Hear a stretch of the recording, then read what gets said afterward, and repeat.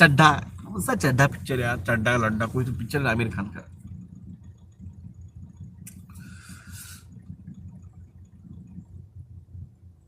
आमिर खान कोई तो पिक्चर आया है ना, नाम भूल गया मैं, वही बात कर रही थी मुझे, मैंने उसका पोस्ट भी किया है फेसबुक पे। लाल सिंह चड्ढा, हाँ, लाल सिंह, विजय मंडवी जी धन्यवाद, विजय मंडवी जी। लाल सिंह चड्ढा, लाल सिंह चड्ढा, ये जो पिक्चर है ना, ये पिक्चर ये प्रेडिक्टिव प्रोग्रामिंग है। जैसे मैंने कहा था, ये जो टीका है, पनीर टीका,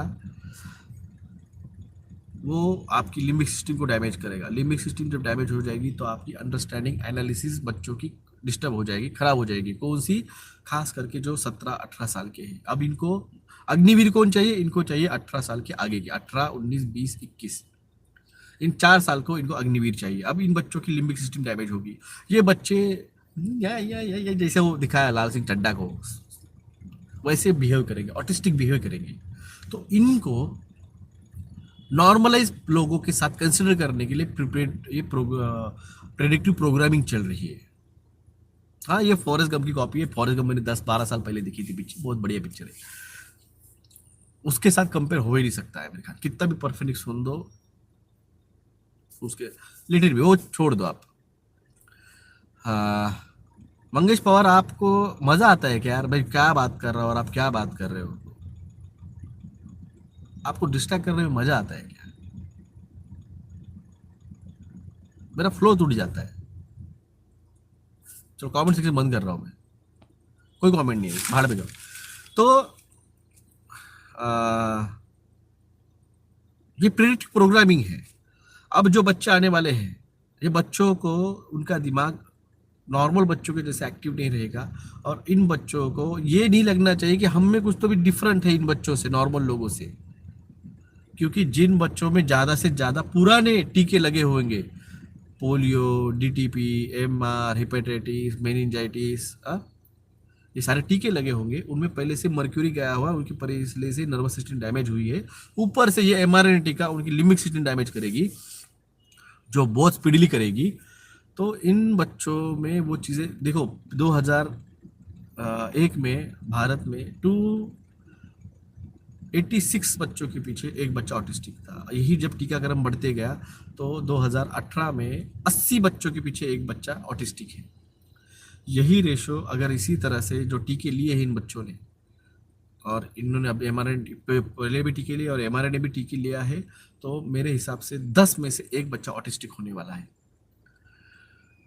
ये डाटा आपको कोई नहीं देगा, कोई ये इन्फॉर्मेशन नहीं। सारे इन्फॉर्मेशन मेरे क्लिनिक में है, सब डॉक्यूमेंटेशन है मेरे पास, ये सारे डॉक्यूमेंट मैंने कोर्ट में सबमिट किए हैं। ये आपको नहीं देगा। हाँ, मेरी वीडियो सुनने के बाद कई सारे इसको चुरा लेंगे, ये चुरा के अपने अपने चैनल पे डालेंगे और हम ही है, हम ही है, हम ही करेंगे।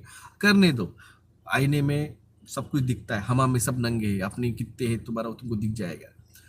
आप मेरे मेरी बात चुरा सकते हो, मेरे थॉट्स नहीं चुरा सकते हो।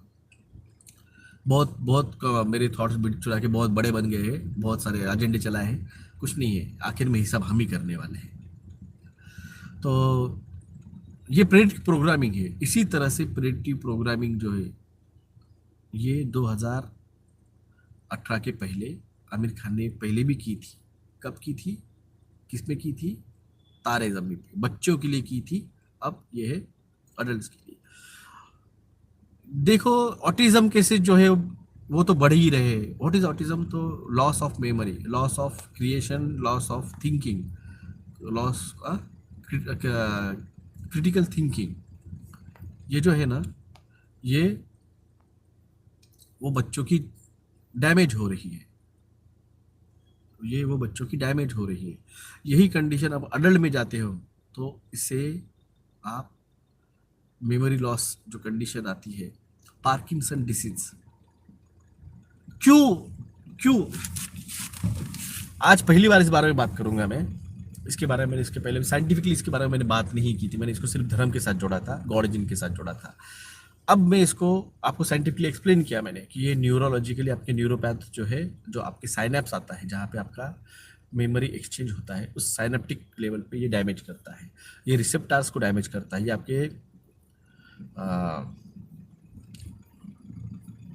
मैं फिर से कमेंट सेक्शन बंद कर रहा हूँ। तुम चूतिया लोगों को यार थोड़ा सा खोला नहीं, फालतू बार बार इधर को सवाल चालू कर देते हो यार।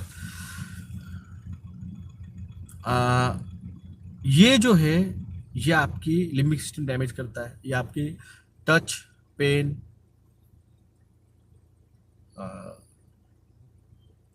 लस्ट, सेक्स, लस्ट, एंगर, इनको ये डैमेज करता है।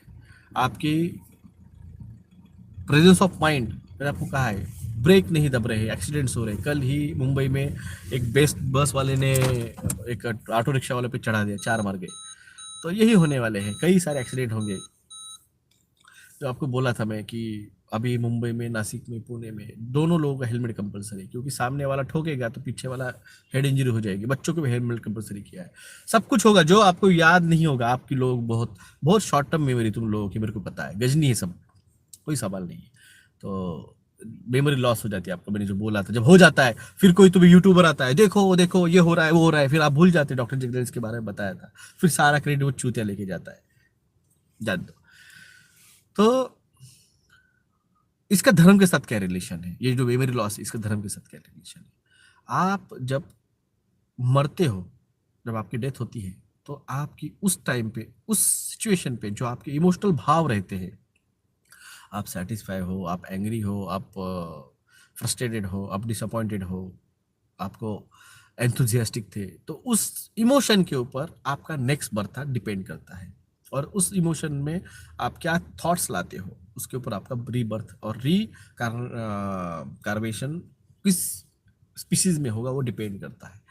अगर आपकी मेमोरी लॉस हुई है, आपको पता ही नहीं है आपकी फीलिंग क्या है, हाँ, आपको उस हायर आयर जो स्टेप से, स्पीसीज के एनिमल सबसे नीचे आते सारे के, ऊपर सबसे ज़्यादा ह्यूमन आता है। अगर आप उस टाइम पे आप समझ ही नहीं पा रहे हो कि आपकी इमोशन क्या है, तो आप ह्यूमन स्पीसीज में आ ही नहीं रहे हो। इनडायरेक्टली ये आपको ह्यूमन रेस से बाहर कर रहे हैं। और आप लोगों ने उस टीके को लगवा के आपने अपने रीबर्थ का जो भी है वो ख़त्म कर दिया है। इसके आगे और मैं ज़्यादा बात अभी नहीं करूँगा। मैंने कहा ना, एक फेज़ आएगा तो फेज़ वाइज बात करूँगा मैं। यही सारी चीज़ अगर मैं आपको 2020 में बोली रहती ना, तो बोलता था ये बेवकूफ़ है, ये डॉक्टर नहीं है, इसको कुछ भी नहीं पता, ये फेंक रहा है। जैसे आज बोल रहे हैं कि डायमेंशन ट्रैवल नहीं है, ऐसा नहीं वैसा नहीं। अब ऐसा ये अगर 2020 में बोलता था ना तो हो जाता था। तो उसी तरह से ये हफ्ता संभल के, अर्थक्वेक स्टार्ट हो चुके हैं। कल नेपाल में हुआ था, बांग्लादेश में हुआ था, वेस्ट बंगाल में हो रहा है, छत्तीसगढ़ में, उत्तराखंड में, हिमाचल प्रदेश में, अंडमान निकोबार, गुजरात, कच्छ। मुझे जो बोलना था मैंने समझा दिया। जिसको मानना है वो मानिए, जिसको नहीं मानना है मत मानिए। मेरी कोई फोर्स नहीं है, मेरा कोई फोर्स नहीं है। 2020 में भी समझा रहा था, आज भी समझा रहा हूँ।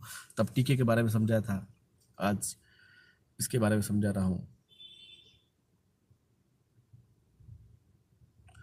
दिनेश कार्तिक, मैंने बोला है मैं किसी का भी डेस्टिनी चेंज नहीं कर सकता हूँ।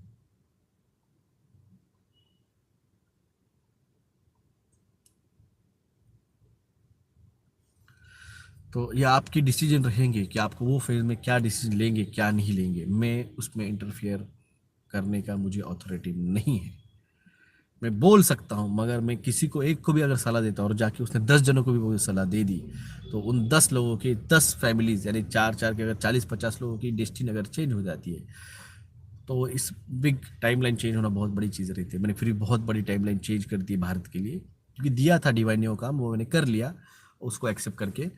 वरना आज भी भारत के जो भी टीके से बच गए हुए हैं 40-50 करोड़, वो सब ने टीके लिए रहते थे, कोई एक भी नहीं बचता था। मैं तो बच जाता था, फेक फाकलू के कैसे बच जाता था। मगर टाइमलाइन चेंज करने का मुझे आदेश था, वो आदेश मैंने एक्सेप्ट किया। सोचो, जो बंदा अगर एशियन कॉन्टिनेंट में 80 करोड़ लोगों की जान बचा सकता है, टाइम लाइन चेंज हो जाती है भाई साहब। यहाँ पे 2-3 लोगों की जान बच जाती है टाइम लाइन। अगर मोदी नहीं रहते थे तो भारत का भविष्य कैसे क्या रहता था? तो एक आदमी टाइम लाइन कर सकता है। तो मैंने 80 करोड़ लोगों का भविष्य, अब उनके आने वाले जो बच्चे हैं उनकी वजह से जो फ्यूचर होगा, तो इस तरह से कई सारे रहेंगे, कई सारों के भविष्य, कई जनरेशन के भविष्य मैंने चेंज किए। तो ये टाइमलाइन बहुत बड़ी है, ये आप लोगों को नहीं समझ में आता है। मैं और मेरा डिवाइन हमको पता है कि मैंने क्या किया है। मैं आज शुक्रिया का कोई ये नहीं रखता हूँ, मेरा काम था, मैंने काम किया। अब जो भी है वो भी मैं मेरा काम करते रहूँगा। फिर भी मैंने बहुत कुछ आपको दिया है, जो भी हिंट फॉर्म में दे सकता हूँ दिया है। अगला हफ्ता, अगले 4 दिन, बस इतना बोल सकता हूँ।